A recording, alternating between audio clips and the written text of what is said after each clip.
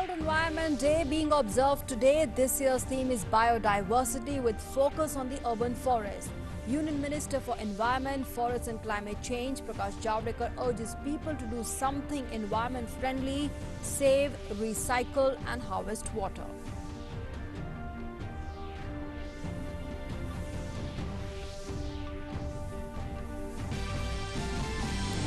Government issues guidelines for opening up of religious places, hotels, restaurants and hospitality services and shopping malls from the 8th of June. Guidelines contain preventive measures to contain the spread of COVID-19.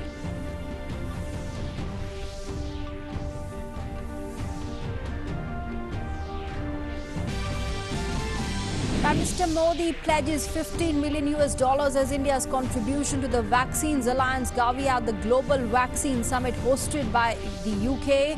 Prime Minister Modi says India helps itself by helping others.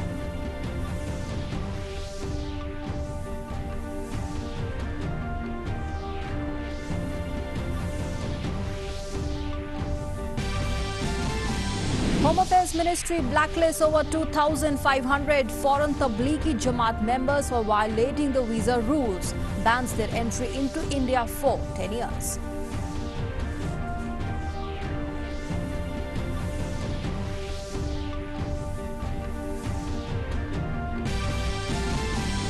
Centre releases goods and services tax compensation of 36,400 crore rupees to the states and the union territories for period from December 2019 to February 2020.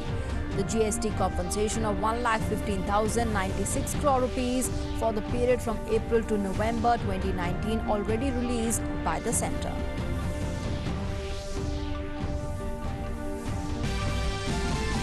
Air India to start open bookings for 75 additional flights to destinations in the US and Canada from today.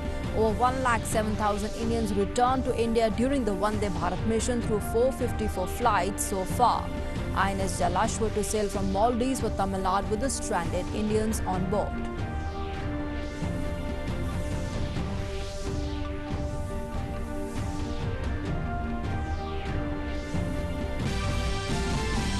COVID-19 active cases in India stand at 106,737 while 104,106 patients cured and discharged. The global number of COVID-19 cases crosses 66 lakh with over 3.89 lakh fatalities. Hello and good morning. You're watching Doordarshan News with me, Nancy Kohli. Our top stories: with countries under lockdown due to the COVID-19 outbreak, one of the positive things that has come out of this crisis-like situation is that our environment has become better. Today is the World Environment Day. The day is celebrated on the 5th of June every year. The Ministry of Environment, Forests and Climate Change has organized several events. This year's theme is biodiversity. In view of the prevalent situation due to the COVID-19 pandemic, the ministry will be holding virtual celebrations with the focus on urban forests. Union Minister for Environment, Forests and Climate Change, Prasar Bharati, will grace the occasion as the chief guest. India, though having less land mass and more human and cattle population, has nearly 8% of biodiversity. The country is endowed with rich biodiversity, having several species of animals and plants, and hosts 4 of the 35 global biodiversity hotspots containing several endemic species. The biodiversity conservation has traditionally been considered confined to remote forest areas, but with increasing urbanization, a need has arisen to safeguard and save biodiversity in urban areas as well. The Ministry of Environment, Forests and Climate Change relaunched a scheme for creating urban forests in 200 corporations and cities because all these cities have gardens and not forests. The urban forest will help in creating and enhancing the lung capacities of these cities. On the World Environment Day today, the Union Environment Minister Prasar Bharati has put up a series of tweets on his Twitter handle. He said, I quote, "On the World Environment Day, do something environment friendly. Plant a tree and show its growth wherever possible. This will create oxygen bank for life. This is how we can grow our tree cover and create additional carbon sink. We need to save water, recycle water and harvest water so that we'll never have no dearth of water resources anytime in future. We must save electricity and generate electricity through solar or wind so that we will save carbon emission. We need to use efficient electrical lights, the LED lights for saving electricity, and switch off the plugs whenever we go out, unquote. And as the world celebrates the World Environment Day today, Vice President M. Venkaiah Naidu has extended his greetings. In a series of tweets, he said, I quote, "Let there be a new beginning on this World Environment Day. Together we can secure the well-being of the people and the planet," unquote. The Vice President also focused on collective efforts at restoring fragmented ecosystems. He said, keeping in view the ecological crisis that our planet faces today, we must enhance our efforts towards preserving biodiversity and restoring fragmented ecosystems to not only fight climate crisis but also to ensure food security, water supply and the safety of our people. And emphasizing on the fact that people need to focus on protecting nature and finding sustainable solutions in every sphere of life, he said, on the World Environment Day, I call upon the people, the governments and all other stakeholders to intensify their efforts for protecting nature and finding sustainable solutions in every sphere of life, unquote. And let's now go across to our correspondent Tapash Bhattacharya, who is joining us with more updates on the World Environment Day today. Tapash, important day, the World Environment Day, the theme, of course, biodiversity. And the day is observed to promote environment protection and, of course, spreading awareness about this objective. But this year's World Environment Day is very different from the previous years. Just take us through, what's really planned up for the day up ahead. Bang on there, Nancy, that this time this is going to be a very different World Environment Day because everyone's right now is trying to maintain social distancing because of the COVID-19 pandemic crisis. And this year's, obviously, the theme is celebrating biodiversity, and biodiversity is very important, particularly as of now, when we talk about in this lockdown, where when we saw that because of the lockdown, the nature has tried to reboot itself.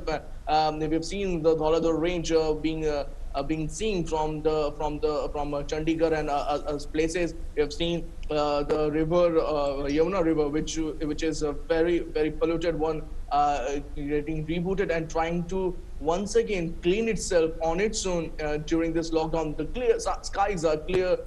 Different species of birds are migrating to different places. So in that sense, this year, during the lockdown, we saw that there is a difference in approach, and the environment has tried to reboot itself. And that, it's quite apt that biodiversity is the theme of this year, because remember, this is the time to concentrate on environment in such a manner that we live, because remember, this is the only planet, habitable planet, that is there, and one planet, and that is something what we need to be careful about. We don't want to destroy it with the pollution, and not just air pollution, but all kind of pollution for that matter. And that's one of the reason why this year urban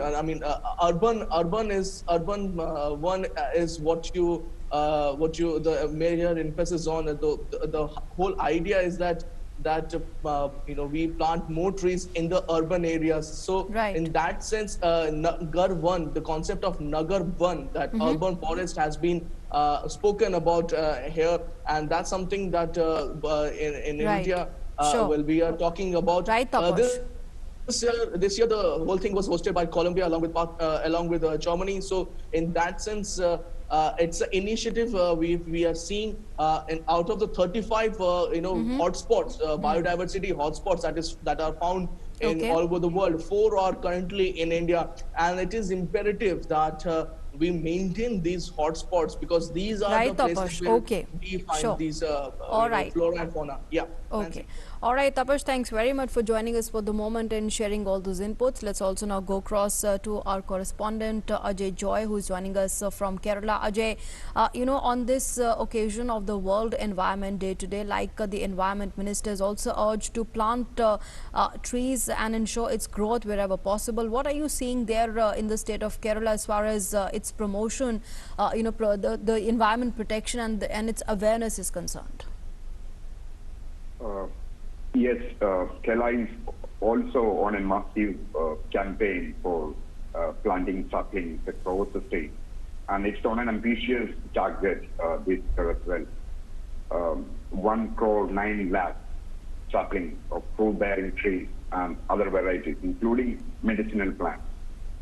It will be planted across Kerala as part of the drive, which starts from today. Today, around 81 lakh saplings will be planted across Kerala. And Doordarshan has also a happy note to say, because it will be in the premises of Doordarshan Kendra that inauguration of this particular campaign by Forest Department will happen. And hundreds of food-bearing trees will be planted here. So personally also, I'm also happy to be part of this drive. And across Kerala, the focus will be more on having indigenous varieties of trees and especially focusing on the biodiversity aspect.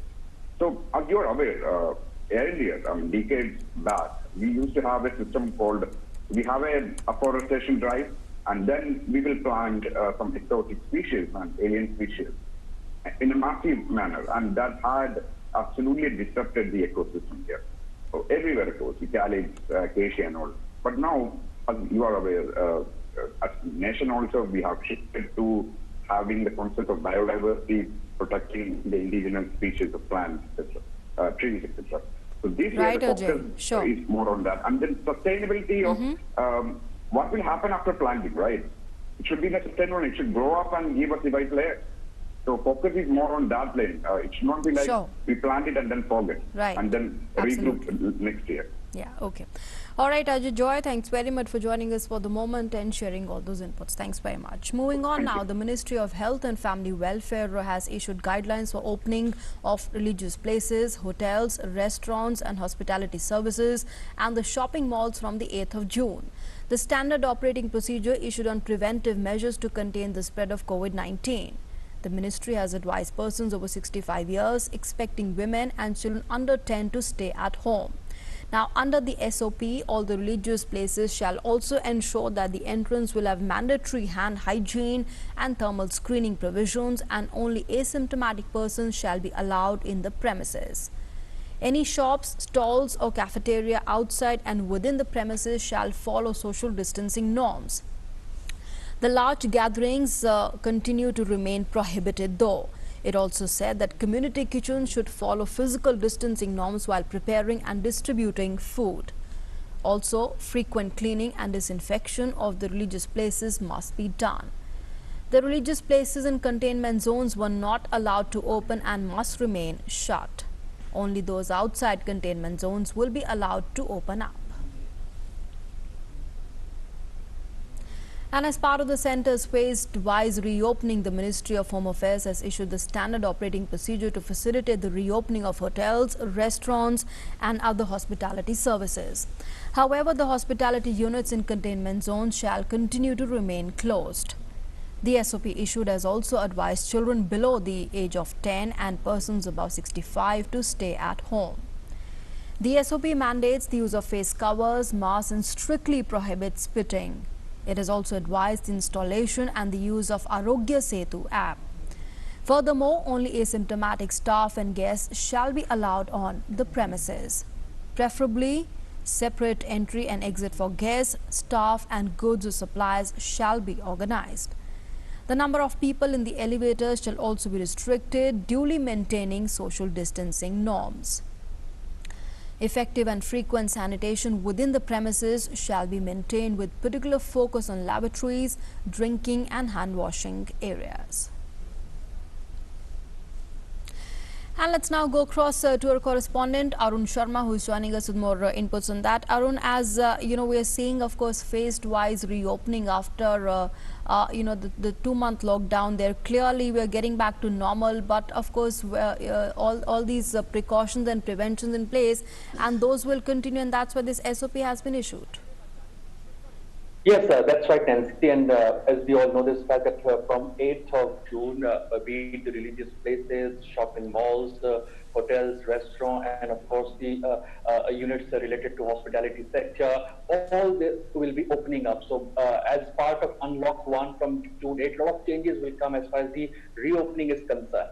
As far as the SOPs are concerned, there are certain common points which are there in all the parts. I mean, be it the religious places, be it the shopping malls, be it the hospitality sector, be it the offices and workplaces, and that's something is social distancing. So that means that in all the SOPs, one thing is ensured that social distancing is ensured. Second important part is that it should be ensured that no gathering takes place anywhere. I mean, there has to be no gathering at all. People should be there with ensuring social distancing.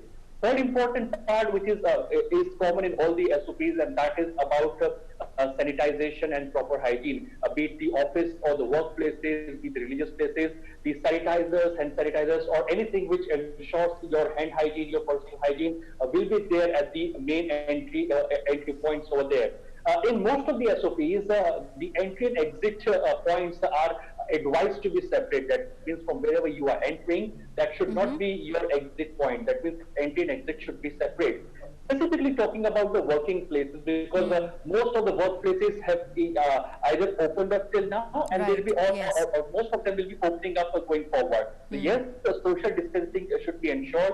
Proper sanitization should take place in every regular interval of time. So these are some of the points that need to be ensured. And if in case, God forbid, if in case there are 1 or 2 cases, there is no need to stealing any workplace at the moment, until and unless there are cluster of cases in any workplace or offices. Then and then only for 48 hours a complete disinfection will take place, and the office will be closed for 48 hours and disinfection will take place. Until if there are 1 or 2 cases, the advisory clearly says that there is no need to seal any kind of building after proper sanitization, disinfection. Yes, offices can resume. Arogya Setu will be mandatory, and yes, thermal screening will be mandatory at all the entry points wherever right, the entry. So yes, all these points are ensured as far as the SOP is concerned. All right, Arun Sharma, thanks very much for joining us and sharing those inputs. And moving on now, India has pledged $15 million to Gavi, the International Vaccine Alliance. Prime Minister Modi was addressing the virtual Global Vaccine Summit hosted by the British Prime Minister Boris Johnson, in which over 50 countries, business leaders, the UN agencies, civil society, government ministers, heads of state and the country leaders participated. In his address, Prime Minister Modi said that India stands in solidarity with the world in these challenging times. The Prime Minister said that the COVID-19 pandemic in some ways has exposed the limitations of global cooperation, and that for the first time in recent history, humankind faces a clear common enemy. Referring to the alliance, he said it is not just a global alliance but also a symbol of global solidarity and a reminder that by helping others we can also help ourselves. He said India has a vast population and limited health facilities, and that it understands the importance of immunization. In a major development, the Home Affairs Ministry has blacklisted over 2,500 foreign Tablighi Jamaat members. The Home Affairs Ministry has banned their entry into India for 10 years. All the Tablighi Jamaat members were accused of violating the visa rules. The Union Home Ministry has taken the action after various state governments provided details of the foreigners who were found to be illegally living in the mosques and religious places across the country. The foreign Tablighi Jamaat members, including those from Indonesia, Bangladesh, Malaysia, Kyrgyzstan, Kazakhstan, Myanmar, Sudan, Singapore, South Africa, Saudi Arabia, Philippines, Russia, Sri Lanka, the US, Syria, Belgium, Brazil, Australia and Afghanistan. The Jamaat members were staying in India during the nationwide lockdown. And let's now go across to our correspondent Sudhakar with more inputs on that. Sudhakar, so of course that's stern action coming in from the Home Affairs Ministry. हाँ जी बिल्कुल Nancy, देखिए और खास तौर से ये ऐसे लोग हैं जो टूरिस्ट वीजा पर इंडिया आए थे और उसके बाद ये मिशनरी वर्क धार्मिक कार्यों में संलग्न हुए, जो कि प्रतिबंधित है, गैर कानूनी है। टूरिस्ट वीजा पर अगर कोई आता है देश में तो वो साइट सीइंग के अलावा अपने क्लोज रिलेटिव्स या फ्रेंड्स से मुलाकात कर सकता है या फिर शॉर्ट टर्म योगा कोर्सेस इस तरह के काम कर सकता है, लेकिन उसको धार्मिक कार्यों या मिशनरी वर्क में काम करने की इजाजत नहीं है। उसके लिए मिशनरी वीजा लेना पड़ता है, लेकिन इन लोगों ने वो किया नहीं। हमको पता है कि मार्च में जब लॉकडाउन की शुरुआत हुई थी उस दौरान एक तरह से तबलीगी जमात के लोग दिल्ली में मरकज के जरिए हो या देश के अन्य राज्यों में इन्होंने एक तरह से शुरुआती दौर में कोरोना महामारी फैलाने का ये लोग कारण बने और सरकार के निर्देशों के बावजूद ये सामने नहीं आए। इनको बहुत मुश्किल से ढूंढना पड़ा, ये धार्मिक स्थलों में छिपे हुए थे, इनके कॉन्ट्रैक्ट ट्रेसिंग में मुश्किलें आई और ये संख्या हजारों में पहुंची और कई राज्यों में जो कोरोना केसेस की शुरुआत हुई जमात के मेंबर्स के जरिए ही हुई। उसके बाद ये कड़ी कार्रवाई हुई है। स्टेट से रिपोर्ट आने के बाद ये 2550 लोग थे जिन्होंने वीजा नियमों का उल्लंघन किया, जिन्होंने जो सरकार के निर्देश हैं उनका पालन नहीं किया, धार्मिक गतिविधियों में जो जिसकी मनाही है टूरिस्ट वीजा पर उसमें पार्टिसिपेशन किया। उसके बाद ये कड़ी कार्रवाई की। अमूमन इस तरह की कड़ी कार्रवाई कम की जाती है, लेकिन इस पूरे मसले में ये कड़ी कार्रवाई की गई है। ये संदेश दिया गया है कि वीजा शर्तों का उल्लंघन नहीं किया जाना चाहिए और इनको 10 साल के लिए ब्लैकलिस्ट किया गया है। All right, Sudhakar, thanks very much for joining us for the moment and sharing all those inputs there. The Home Affairs Ministry has blacklisted the Tablighi Jamaat members who had violated the visa rules. Moving on now, taking stock of the current situation due to COVID-19, where state governments need to undertake the expenditure while their resources are adversely hit, the central government has released the GST compensation of 36,400 crore rupees to the states, the union territories with legislature for the period December 2019 to February 2020. The GST compensation of 1,15,096 crore rupees for the period April to November 2019 had already been released by the central government to the states or the union territories with legislature.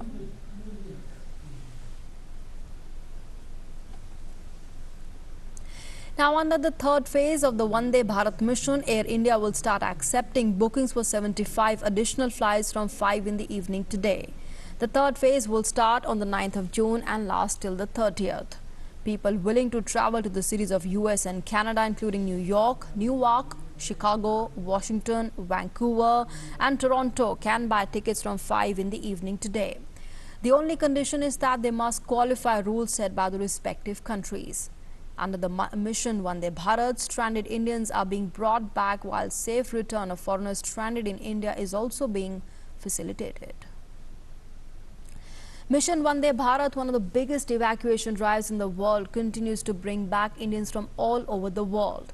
Yesterday, 3,534 Indians had returned from Dubai, Abu Dhabi, Doha, Kuwait, Muscat, Kyiv, Mauritius, Dublin, Jeddah, Riyadh and Dammam.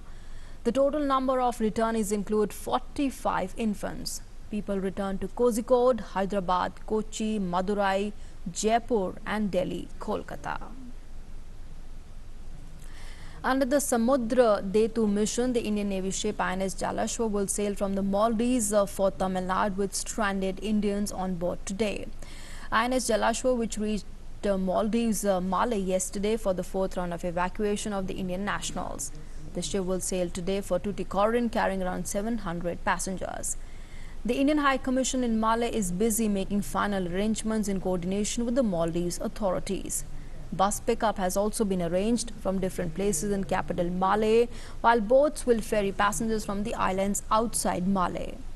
Earlier, INS Jalashwa sailed twice and INS Magar once from Malé to bring back around 1,500 people to Kochi last month.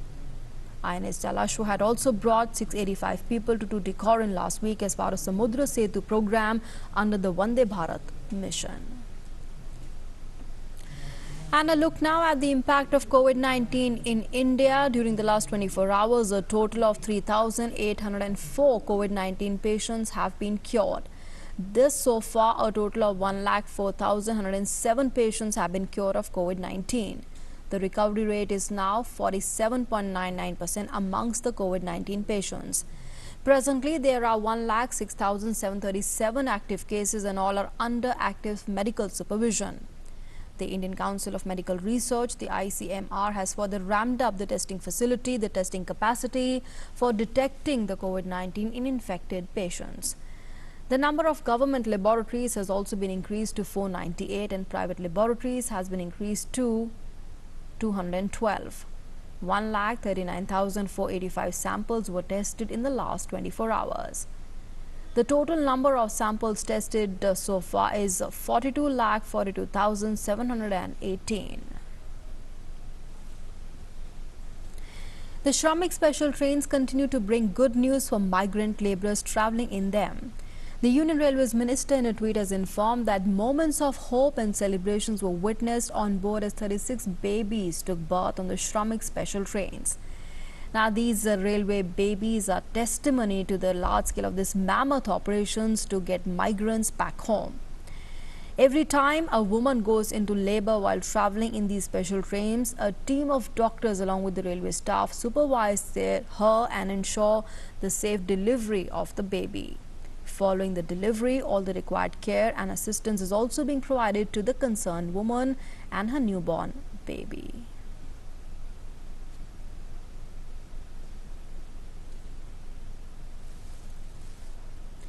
In some other news now, the Supreme Court has asked the centre, Delhi, Uttar Pradesh and Haryana to come out with one policy within a week to facilitate movements in the national capital region. In its order, the Apex Court has asked states to have a consistent and uniform policy and one portal for interstate movement. The order comes after a few petitions filed over interstate movement restrictions within the NCR. According to data from Johns Hopkins University, the global count of COVID-19 cases has surged past 66 lakh while the death toll has topped 3.89 lakh. US currently accounts for the highest number of infections and fatalities with 18.72 lakh confirmed cases and with more than 1 lakh deaths. Brazil comes in second place with 5.84 lakh confirmed cases, followed by Russia with more than 4 lakh cases and the UK with 2.8 lakh cases. Now, regarding fatalities, the UK continues in the second position after the US with more than 39,000 deaths, which also accounts for the highest fatalities in Europe. Other countries with over 10,000 deaths are Italy, Brazil, France, Spain and Mexico.